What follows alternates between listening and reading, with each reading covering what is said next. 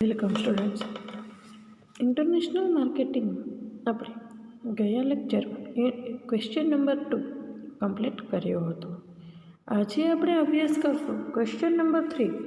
આંતરરાષ્ટ્રીય બજાર ક્રિયાનું પર્યાવરણ તેના સંભવિત ઉદાહરણ સાથે વિગતે સમજાવો, અથવા આંતરરાષ્ટ્રીય બજાર ક્રિયાને અસર કરતું વસ્તી વિષયક પર્યાવરણ સમજાવો. એટલે કે આંતરરાષ્ટ્રીય બજાર ક્રિયાને વસ્તી વિષયક પરિબળ કેવી રીતે અસર કરે છે તેના વિશે માહિતી આપણે આપવાની છે. તો સૌથી પહેલાં શરૂઆત કરીએ માહિતીથી. તો કે આંતરરાષ્ટ્રીય બજાર ક્રિયા રાષ્ટ્રીય બજાર કરતાં જુદા ભૌગોલિક ક્ષેત્રમાં હાથ ધરાતી હોય છે. કેમ?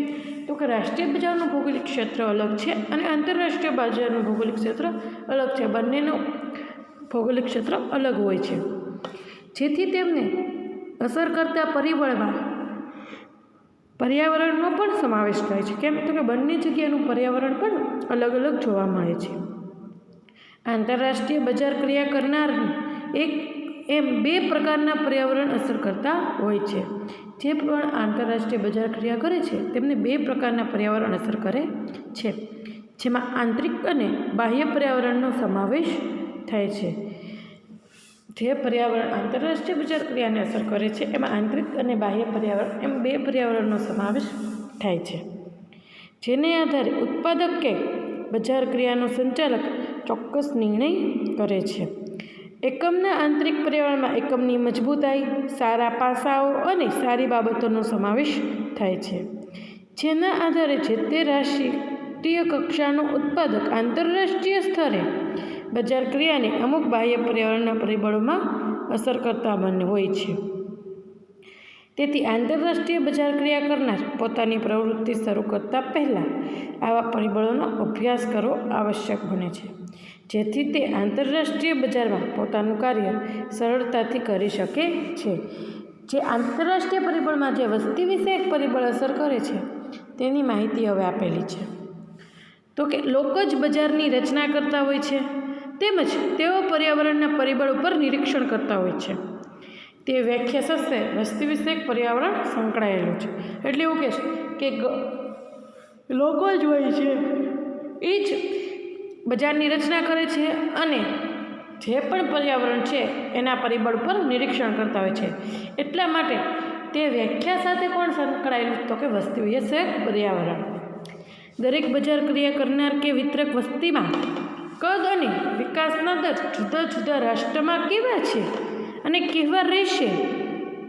એટલે કે જે બજાર કર્યા કરો છો ત્યાં વસ્તી કેવી છે, વસ્તીનું કદ કેવું છે, વિકાસ કેવો છે, રાષ્ટ્ર કેવો છે, એને આધારે જાણવામાં આવે કે જૂથની વહેંચણી કેવી રીતે કરી શકાય, વંશીય મિશ્રણ એટલે કે કેવા પ્રકારના લોકો છે, શિક્ષણનું સ્તર કેવું છે, ઊંચું કે નીચું, કુટુંબની તરાહ કેવી છે, ક્ષેત્રીય લાક્ષણિકતા કેવી છે અને કેટલી છે. આ બધાનું વિશે જાણવામાં દરેક બજાર ક્રિયાના સંચાલકને રસ હોય છે. વસ્તી વિષયક પરિબળ એકમની પેદાશો, બજાર ક્રિયાની વ્યૂહરચના અને સરકારની નીતિ નિયમને પણ અસર કરતું બને છે. તેને આધારે બજાર ક્રિયાના સંચાલકો પોતાની બજાર ક્રિયાના નીતિની વ્યૂહરચના નક્કી કરતા હોય છે, જેમાં વસ્તી વિષયક પરિબળો જેવા કે જાતિ, વય જૂથ, શિક્ષણનું સ્તર, આવકનું સ્તર, રાષ્ટ્રીયતા વગેરેના આધારે આંતરરાષ્ટ્રીય બજાર કાર્ય કરતા ઉત્પાદકો પોતાની કામગીરીની પદ્ધતિ નિર્ધારિત કરતા હોય છે. કોને આધારિત? તો વસ્તી વિષયક પરિબળમાં જે પરિબળો આધારિત છે, જેમ કે જાતિ, વય જૂથ, શિક્ષણનું સ્તર, આવકનું સ્તર કેવા પ્રકારે છે, આ બધા પરિબળોને આધારે એ પોતાની પદ્ધતિ નિર્ધારિત કરે છે, એટલે કે નક્કી કરે છે. જેમ કે બજાર વિભાજન, ગ્રાહક વર્તણૂક, પેદાશની વિકાસ અને સંચાલન તથા તેની વિતરણ અને અભિવૃદ્ધિ નીતિ જે તે દેશની વસ્તી વિષયક બાબતના આધારે નિર્ધારિત કરવામાં આવે છે. કારણ કે દેશની વસ્તીમાં વસ્તી વિષયક પરિબળનું પ્રમાણ અલગ અલગ હોય છે. દાખલા તરીકે અમેરિકન બજારમાં બાળકોને ધ્યાનમાં રાખીને ખાસ પેદાશ વિકાસ થયો જે છે બાર્બી ડોલ. એટલે કે ત્યાં કઈ વસ્તીને ધ્યાનમાં રાખી? તો કે બાળકોની વસ્તી, અને એક બાર્બી ડોલ નામની રમકડું કે જે બાળકો માટે તૈયાર કરવામાં આવ્યું. જ્યારે ભારત જેવા વિકાસશીલ કે વિકસતા દેશો ઉત્પાદકો છેલ્લા કેટલાક સમયથી બાળકોની બજાર ઉપર ધ્યાન કેન્દ્રિત કરી રહ્યા છે. અત્યારે ભારતે પણ બાળકોની પેદાશ પર ધ્યાન કેન્દ્રિત કર્યું છે. આમ આંતરરાષ્ટ્રીય બજાર ક્રિયામાં વય જૂથ ઉપરાંત શિક્ષણ, આવકનું સ્તર અને આવકના સ્તરના આધારે બજાર ક્રિયા નીતિ કે વ્યૂહરચના નક્કી કરવી આવશ્યક. આમ અલગ અલગ સ્તરને આધારે પણ બજાર ક્રિયા અને વ્યૂહરચના નક્કી કરવામાં આવે છે. શેની આધારે? તો કે વસ્તી વિષયક પર્યાવરણને આધારે. તો આ વાત થઈ વસ્તી વિષયક પર્યાવરણની. હવે વાત છે આંતરરાષ્ટ્રીય બજારને અસર કરતું આર્થિક પર્યાવરણ. આગળ આપણે વસ્તી વિષયક પર્યાવરણ વિશે માહિતી મેળવી. હવે છે આર્થિક પર્યાવરણ. તો કે બજારમાં ગ્રાહક પાસે ચોક્કસ ખરીદ શક્તિ હોવી આવશ્યક છે, અન્યથા બજારનું જ સર્જન થવું મુશ્કેલ બને છે. ગ્રાહકોની ખરીદ શક્તિ દરેક અર્થતંત્રમાં વર્તમાન આવક, કિંમતો, બચત, દેવાઓ અને દેણા પર આધારિત હોય છે. બજાર ક્રિયાના સંચાલકોએ ગ્રાહકના આવક અને ખર્ચના તરાકે પદ્ધતિને ધ્યાનથી જોવા જોઈએ, કારણ કે તેના આધારે જ દરેક અર્થતંત્રમાં આવકનું વિભાજન, ખર્ચ શક્તિનું વિભાજન, લોકોની આર્થિક મનોવૃત્તિ અંગે માહિતી પ્રાપ્ત થાય છે. તો કે હવે આર્થિક પર્યાવરણ કેવી રીતે નક્કી થાય? તો કે પહેલાં તો ગ્રાહક પાસે ખરીદ શક્તિ હોવી જોઈએ. જો ખરીદ શક્તિ ન હોય ગ્રાહક પાસે તો બજારનું સર્જન થવું જ મુશ્કેલ છે. એટલે કે ખરીદ શક્તિ વગર બજારનું સર્જન થઈ શકે નહીં. ખરીદ શક્તિમાં કોનો સમાવેશ થાય? તો કે ગ્રાહકોની આવક, કિંમતો કેવી? તો કે વર્તમાન, બચતો, દેવા, લેણા આ બધા ઉપર તે આધારિત હોય છે. અને એના જ કારણે અર્થતંત્રમાં આવકનું વિભાજન કરી શકાય, ખર્ચ શક્તિનું વિભાજન કરી શકાય અને લોકોની આર્થિક મનોવૃત્તિ અંગે પણ માહિતી પ્રાપ્ત થઈ શકે છે. આ પર્યાવરણમાં લોકોની આવકનું પ્રમાણ જુદી જુદી ઉત્પાદન શક્તિ ઉપર તથા ઉત્પાદન શક્તિ લોકોની ખરીદ શક્તિ ઉપર એમ આધારિત હોય છે. તેથી બજાર ક્રિયાના સંચાલન માટે લોકોની આવક અને આવકનું વિભાજન મહત્ત્વની બાબત બને છે, જે દરેક દેશના ઔદ્યોગિક માળખા તથા રાજકીય પદ્ધતિને અસર કરતા હોય છે. હવે જુદી જુદી ઉત્પાદન શક્તિ હોય છે, જુદી જુદી લોકોની ખરીદ શક્તિ, આમ એની ઉપર આધારિત હોય છે. જે બજાર ક્રિયાનું સંચાલન કરે છે એની માટે આ આવકનું વિભાજન એ મહત્ત્વની માહિતી પ્રાપ્ત. કેમ? તો કે આવકના વિભાજન દ્વારા જાણી શકે છે કે લોકો કેવી પ્રકારે વસ્તુ ખરીદવા તૈયાર થશે. ગુણવત્તામાં સારી માંગશે તો ભાવ વધી જશે, ભાવ નીચો કરવા જશે તો ગુણવત્તા ઘટશે. આમ આવકને આધારે પણ સંચાલકો આવકનું વિભાજન કરી શકતા હોય છે, જે દરેક દેશના ઔદ્યોગિક માળખા તથા રાજકીય પદ્ધતિને અસર કરતા હોય છે. બજાર ક્રિયાના સંચાલક દ્વારા જુદા જુદા દેશને આવક વિભાજનના આધારે વહેંચવામાં આવે છે, જેમાં ઊંચી માથાદીઠ આવક વેક્ટિન સિટી જેવા દેશની છે, જેમાં લોકોની ખરીદ શક્તિ અને ઈચ્છાનો પણ સમાવેશ થાય છે. કે જ્યાં ઊંચી માથાદીઠ આવક, જેમ લોકોની આવક ઊંચી તેમ લોકોની ખરીદ શક્તિ પણ કેવી? વધારે. જ્યારે મધ્યમ અને નિમ્ન આવક ધરાવતા દેશમાં પણ રાષ્ટ્રનો સમાવેશ થાય છે.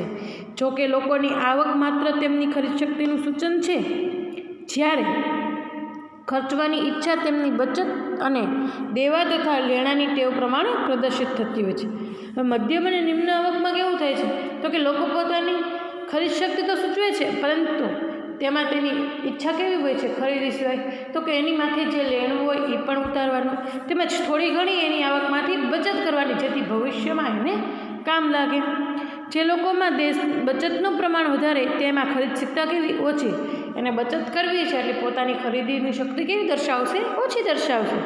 આમ આંતરરાષ્ટ્રીય બજાર ક્રિયાના સંચાલકે જુદા જુદા દેશની આર્થિક સ્થિતિ, નીતિ, લોકોની આવકમાં પ્રમાણ, ખર્ચનું પ્રમાણ વગેરે જેવા પાસાને ધ્યાનમાં રાખી બજાર ક્રિયા વ્યૂહરચના નક્કી કરવી જોઈએ. તો આ વાત થઈ આર્થિક પરિસ્થિતિ, જેમાં આર્થિક પર્યાવરણમાં લોકોની આવક, ખરીદ શક્તિનું વલણ, બચતનું પ્રમાણ, દેવું આ બધાને ધ્યાનમાં લેવામાં આવેલા છે. હવે તમારો ક્વેશ્ચન નંબર 5 છે, આંતરરાષ્ટ્રીય બજાર ક્રિયાને અસર કરતું કુદરતી પર્યાવરણ. સૌથી પહેલાં આપણે આંતરરાષ્ટ્રીય બજાર ક્રિયાને અસર કરતું વસ્તી વિષયક પર્યાવરણ સમજ્યા, પછી સમજ્યા આર્થિક પર્યાવરણ. હવે છે કુદરતી પર્યાવરણ. તો કે 1990થી કુદરતી પર્યાવરણની બગડતી જતી સ્થિતિ દરેક ધંધાકીય વ્યવસ્થા અને જાહેર હિત માટે વિવાદાસ્પદ રહ્યો છે. એટલે કે 1990નો જે સમયગાળો છે ત્યારથી કુદરતી પર્યાવરણની સ્થિતિ કેવી છે? બગડતી જ જાય છે, જે ધંધાકીય વ્યવસ્થા અને જાહેર હિતને ઘણું બધું અસર કરે છે. વિશ્વના ઘણા શહેરમાં હવાનું પ્રદૂષણ અને પાણીનું પ્રદૂષણ જનક સપાટી એટલે કે બહુ જ વધુ પડતી સપાટીએ પહોંચ્યું છે. ઉપરાંત ઓઝોન વાયુના સ્તરમાં ઘટાડો કરતાં ઔદ્યોગિક રાસાયણ વધતા જતાં પર્યાવરણને લીધે ગ્રીન હાઉસ ઇફેક્ટ વધવા પામે છે. હવે નવા કેમિકલ કંપનીમાં કે ધંધાકીય એકમમાં વધવા માંડ્યા, જેના પ્રદૂષણને કારણે ઓઝોન વાયુના અસરમાં ઇફેક્ટ થઈ. આ ઇફેક્ટને કારણે અત્યારે લોકો ગ્રીન હાઉસની અસર એટલે કે ગ્રીન હાઉસ વધારે વાપરવા માંડે. તો ગ્રીન હાઉસ ઇફેક્ટનો પણ ઉપયોગ કેવો થયો છે? વધવા પામ્યો છે, જેની વૈશ્વિક ગરમીનું પ્રમાણ વધી રહ્યું છે. આને કારણે ગરમીનું પ્રમાણ કેવું થયું છે? વિશ્વમાં વધી રહ્યું છે. આવા કુદરતી પર્યાવરણના પ્રશ્નને આંતરરાષ્ટ્રીય વેપાર કરતા દરેક વ્યક્તિ ધ્યાનમાં લે છે. એટલે કે આવા જે કુદરતી પર્યાવરણો છે કે જેને આધારે કેમિકલને આધારે કંપનીને આધારે કુદરતી રીતે પર્યાવરણને અસર કરશે, તો આપણે આંતરરાષ્ટ્રીય બજારમાં જો આપણે વેપાર કરવો હોય તો આ પર્યાવરણને પણ ધ્યાનમાં લેવું ખૂબ જ અગત્યનું માને છે. કારણ કે તેના લીધે અમુક પ્રકારના કાચા માલ સામાનની તંગી ઊભી થઈ શકે છે. તેનું કારણ પણ એ જ છે કે કુદરતી સંપત્તિનું પ્રમાણ અમર્યાદિત, મર્યાદિત અને ઘણું ઓછું એમ 3 રીતે વિભાજન થયેલું છે. કેમ? તો કે જો કુદરતી રીતે આપણને ખૂબ જ નુકસાન થાય તો આપણને ઘણા પ્રકારનો કાચા માલ મળે નહીં. કાચા માલની શું થાય? તંગી. પાણી, જેમ કે આપણે જાણીએ છીએ, પાણી, વૃક્ષ, લાકડું આપણને એમાંથી મળશે. એવી ઘણી બધી કુદરતી સંપત્તિ છે જે આપણને ઉપયોગી નીવડે છે. જો કુદરતને નુકસાન થશે તો આ બધી વસ્તુની આપણને તંગી સર્જાશે. એને કેમ? તો કે કુદરતી સંપત્તિ આપણી પાસે છે એ અમુક મર્યાદિત છે, અમુક અમર્યાદિત છે, તો અમુકની ખૂબ જ ઓછા પ્રમાણમાં આપણી પાસે છે. એવી 3 રીતે આપણે એનું વિભાજન કરેલું છે, જેના લીધે વીજળી શક્તિના ખર્ચ અને વપરાશનું પ્રમાણ પણ શું વધી રહ્યું છે. આંતરરાષ્ટ્રીય સ્તરે ગ્રાહક પણ કુદરતી પર્યાવરણને થતાં નુકસાનથી સભાન બન્યો છે. તેમજ તેઓ પ્રદૂષણ ફેલાવતી પેદાશ, પર્યાવરણને હાનિકારક પેદાશ અને કુદરતી સંપત્તિઓની ઓછી કરતી પેદાશનો વપરાશનો વિરોધ કરે છે. ગ્રાહક પણ આ વસ્તુથી જાગૃત છે, એટલે એવી વસ્તુ વાપરવાથી પણ વિરોધ કરે છે. તેથી આંતરરાષ્ટ્રીય બજાર ક્રિયા કરનારે રાષ્ટ્રીય પર્યાવરણ અને જાળવણી અંગે ચોક્કસ ભૂમિકા ભજવવી આવશ્યક બને છે. એટલે કે તમે આંતરરાષ્ટ્રીય બજાર ક્રિયા ભલે કરો, ત્યાં વેપાર ભલે કરો, પણ ત્યાંના પર્યાવરણ અંગે પણ જાળવણી રાખવી એ આપણી મહત્ત્વની ભૂમિકા બની રહે છે. કારણ કે દેશની સરકાર પ્રદૂષણ વિરોધી કાયદાનો કડકપણે અમલ કરી રહી છે. ગમે તે દેશ હોય એ પોતે પર્યાવરણ અંગે કડક રીતે કાયદાનો અમલ કરાવી રહી છે, જેના લીધે પ્રદૂષણ ફેલાવતા એકમ, પેદાશ અને બજાર ક્રિયા વ્યૂહરચનાનો સ્પષ્ટપણે વિરોધ થઈ રહ્યો છે. આંતરરાષ્ટ્રીય સ્તરે ગ્રીન પીસ જેવી ઘણી સંસ્થા કુદરતી પર્યાવરણના જાળવણીના ક્ષેત્રે કામ કરી રહી છે. આપણે સૌ જાણીએ છીએ કે ઘણી બધી સંસ્થાઓ અત્યારે છે જે કુદરતી પર્યાવરણનું રક્ષણ માટે જ કામ કરતી હોય છે. આમ પર્યાવરણ પેદાશના વિકાસ અને તેની લોકપ્રિયતાને પણ અસર કરે છે, જે ખરેખર એકમની શાખ, બ્રાન્ડ નેમ, વિશ્વસનીયતા અને નીતિમત્તાવાળી ધંધા અને તેની પણ અસર કરે છે. તો આ વાત થઈ કુદરતી પર્યાવરણ વિશે. આજે આપણે ટોટલ 3 પર્યાવરણ વિશે માહિતી મળી. વસ્તી વિશે જે વસ્તી આધારિત હતું કે વસ્તીમાં જાતિ, વય, જૂથ, પછી ઉંમર, લોકોની જરૂરિયાતો, એની વિશે આપણે અભ્યાસ કર્યો. આર્થિક પર્યાવરણમાં તો કે દેશના અર્થતંત્રની આર્થિક સ્થિતિ વિશે અને કુદરતી પર્યાવરણમાં કુદરતી બાબતો વિશેની માહિતી પ્રાપ્ત કરી. Thank you students.